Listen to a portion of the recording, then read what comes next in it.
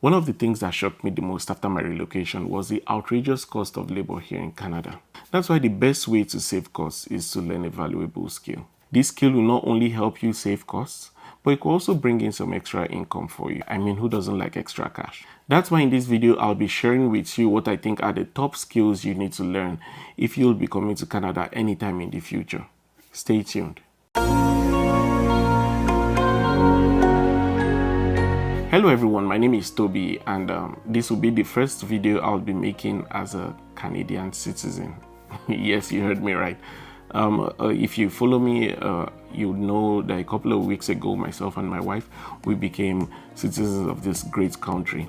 It's been a privilege, and I plan to make a separate video on that, talking about our journey on moving from permanent residents to becoming citizens and what the changes are, what the pros and the cons are.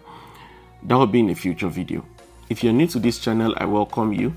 I make content like this talking about life here in Calgary and what I have experienced so far in my years of living here.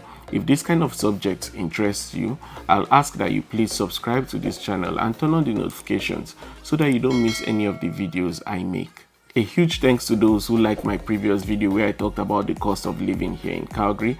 There were so many likes and comments on that video, and I really appreciate it. If you haven't seen that video, I'm just going to drop a link to that video on the screen right now so you could watch it. Also, if there are any subjects or any topics you want me to talk about in the future videos, please let me know in the comment section. Thank you. In today's video, I'll be sharing with you 6 valuable skills that I think you need to learn if you'll be coming to Canada or relocating to anywhere in the Western world for that matter. While I don't expect that you know all 6 of these skills I'll be mentioning, even if it's just one of them you could learn, I believe it's going to bring value to you, to your family, and you could also make some money out of it. And in case no one has ever told you, in case you don't know, the cost of labor abroad is very, very high. And this is not peculiar to just Canada. Even in the US, in the UK, cost of labor is very high. And in most cases, you're better off buying a brand new product. You're better off replacing the product entirely than repairing it, calling someone to repair. For instance, you have a TV that stops working. In some cases, you're better off buying a new TV than taking it in for repairs, because you'll be spending almost about the same amount for repairs as buying a brand new one. So I'm going to try to keep this video short.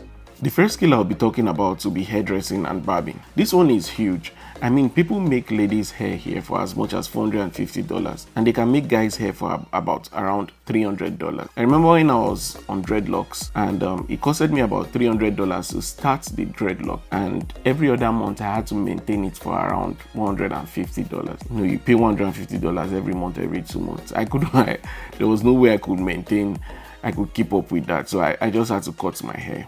Like, I didn't have that kind of money. Right now, my wife helps me to make my hair. She makes my daughter's hair too, and she's just a blessing to our family because of this skill that she has. So that's why I think like this is a very valuable skill. You could also start to make people's hair and start to charge them for it. If you're a guy and you're low cut, barbers charge here around between $25 to $50 to cut hair. So that's still fair because it's not like you're cutting your hair every week. But at the same time, like imagine if your partner knows how to cut hair, then you're saving that amount of money every time you go to the barber's shop. Knowing how to barb or knowing how to make hair is never going to be a waste for you. You would always find someone you could help.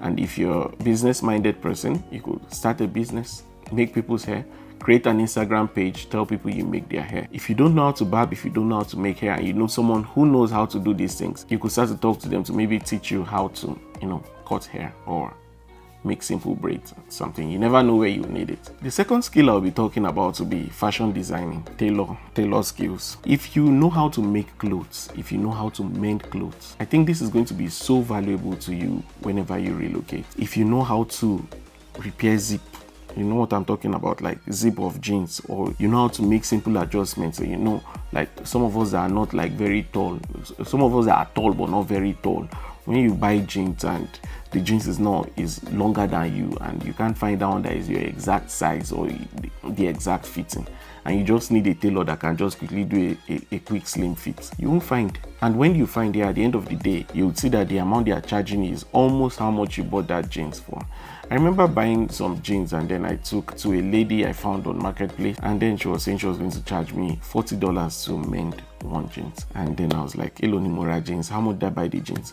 So yeah, if you know how to make clothes, if you know how to mend clothes, I think this is going to become so valuable for you when you relocate, because you're not going to I have myself and my wife, we have so many clothes in our closet now that are very good, but maybe just a ripped zip, or maybe just a little tear or something, and then we can't wear them again, so we're just keeping them. Maybe we're going to end up donating them to the donation center or something. If we're in Nigeria, we would have called Obioma, sharp 15 naira, 100 naira, they would have repaired it. There's no Obioma here. The only Obioma you see here now, like, they will charge you big money, and then so you're going to start wishing that you knew how to sew clothes. You're going to start wishing that you learned something like this before coming to Canada. Also, the fact that for me, for instance, all the natives I brought from Nigeria about 3 years ago, none of them are my size anymore. I really wish I had like very good tailors here in town that could sew me proper native, but like my best option now is to either buy from Nigeria. I run the risk of like paying more because I'm going to have to pay the tailor,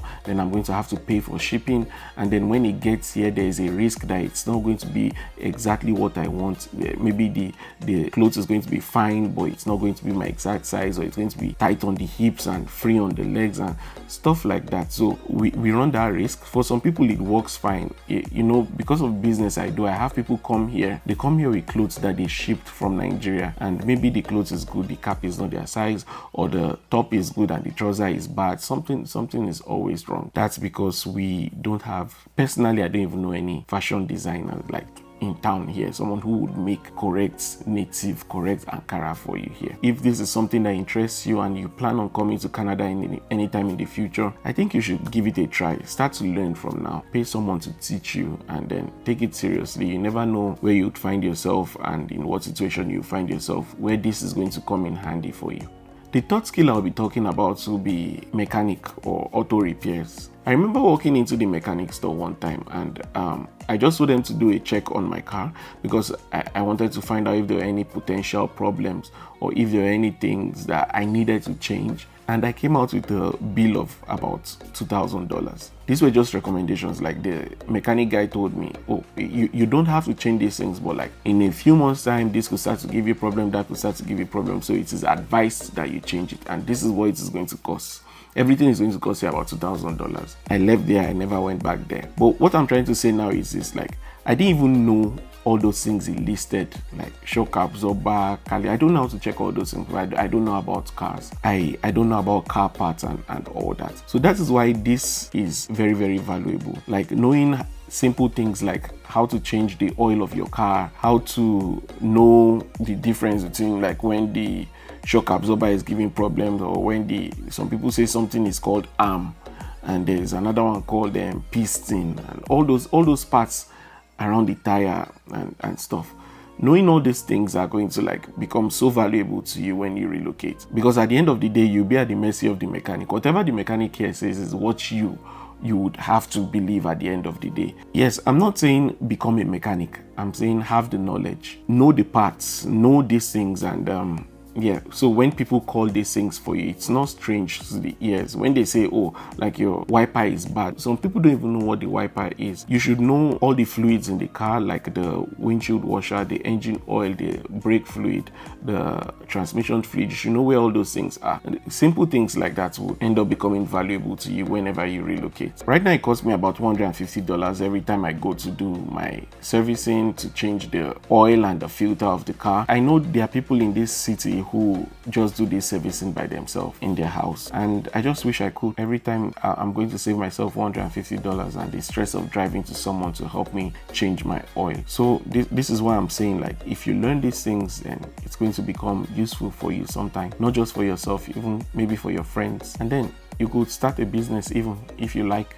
The fourth skill I'll be talking about will be electrical and plumbing work. If you plan to relocate in the future and you know any electricians or any plumbers, or you have any in your family, stick with them right now. Whatever knowledge you can get from them, you're going to need it. You are going to need it. Some people can't even change the bulbs in the house. When you show them screwdriver, they call it spanner. If you fall in that category, start to watch YouTube videos and learn about these things, how to fix simple things, how to change the wall sockets. Just these simple fixes in the house are going to save you a lot of money. And for plumbing, things like learning how to fix a WC, learning how to use a plunger, when the toilet is blocked, how to unblock it. Simple things like this are going to be very, very useful to you. You have no idea. Plumbers charge a whole lot of money here in Calgary. They charge maybe around $150 per hour. And it doesn't matter how much time they spend. Like, even if they come to your house and spend 5 minutes, you're going to pay them that $150 and then they go. It's a lot of money. And at the end of the day, these things they are coming to check most times are things you can easily do by yourself, or things you can just watch on YouTube and fix by yourself. So knowing these skills are going to save you if you plan to relocate. Trust me 100%. The fifth skill I'll be talking about will be carpentry and building skills. If you know how much I miss our Nigerian carpenters here, like, Nigerian carpenters are just a blessing because, like, they can help you fabricate anything. You don't have to do any DIY. If you buy a furniture here, for instance, you buy a wardrobe or you buy a cabinet, there's a popular place called IKEA. I think I heard they're in Lagos now, but there's a popular place called IKEA. So in IKEA, you go, when you buy furniture, you go, it's like a showroom. You go, you see the furniture you like.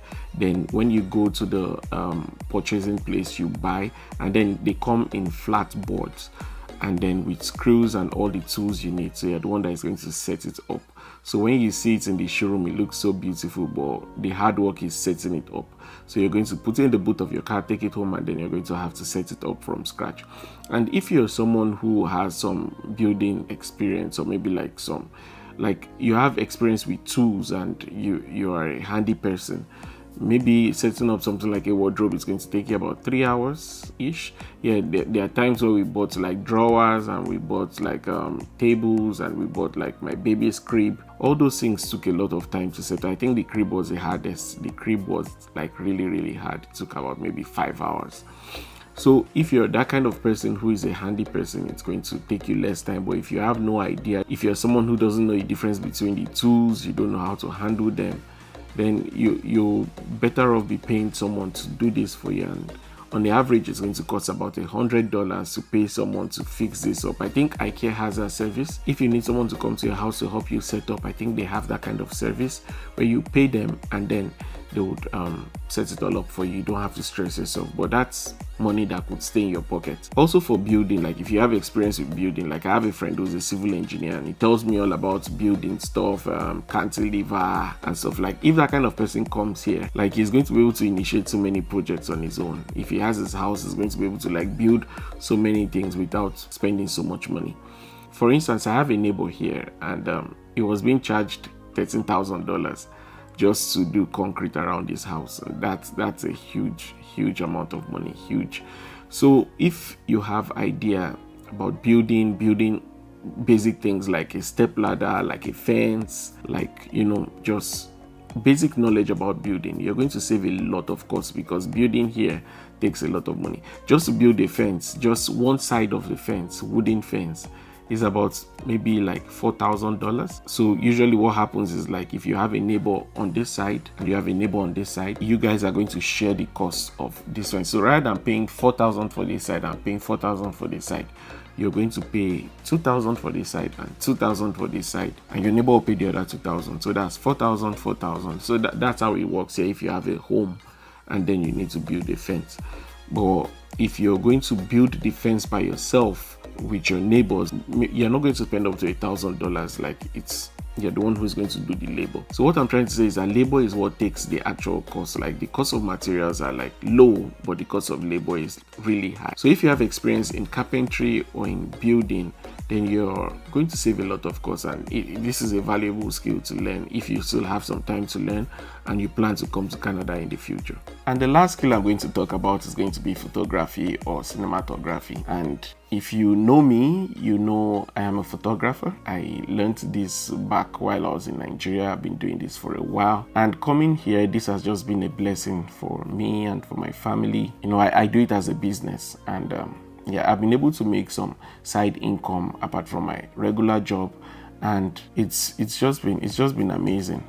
And I plan to make a separate video on this particular topic, you know, setting up a business or having a side gig in Canada, and how you can navigate that in terms of taxes and all that.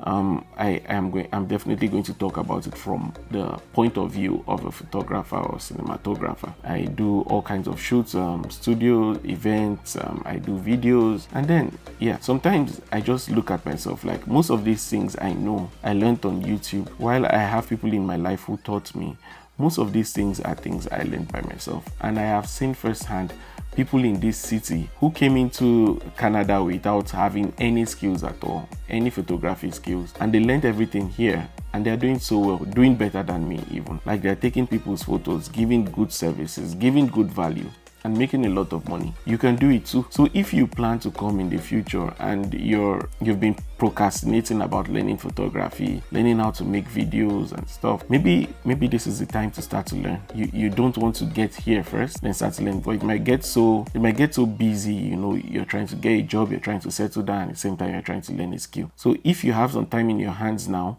you want to start to build some skill and start to improve yourself if you're already in the process, and then you never know, maybe when you come here it's going to become so useful for you. Who knows? The demand for photographers and cinematographers here in Calgary especially is really crazy, especially in the summer months. People want to take photos, people want to do family events, people want to celebrate their birthdays and stuff, so the demand is always high. Sometimes you can't keep up. Sometimes you have 3-4 gigs in a day, other days you don't have anything, but like overall the demand is crazy. Sometimes I just wish like I could bring all my friends I know, I bring them into the city so they could, you know, yeah, just render these services and make money. So there you have it. Here are the 6 skills I wanted to talk about that I think you need to learn if you will be coming to Canada anytime in the future. There are so many other skills you could learn, I know, that would also be valuable to you. Skills like maybe cooking, learning how to clean. There are people who like clean houses and clean cars. There are people who cook. I patronize people who cook a lot, and then those guys make a lot of money too.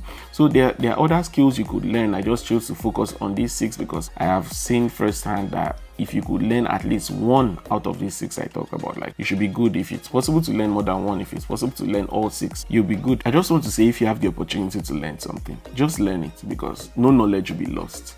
You never know where you would find yourself. In my next video, I plan to talk about how I got 2 jobs at the same time, just 2 months after landing here in Canada.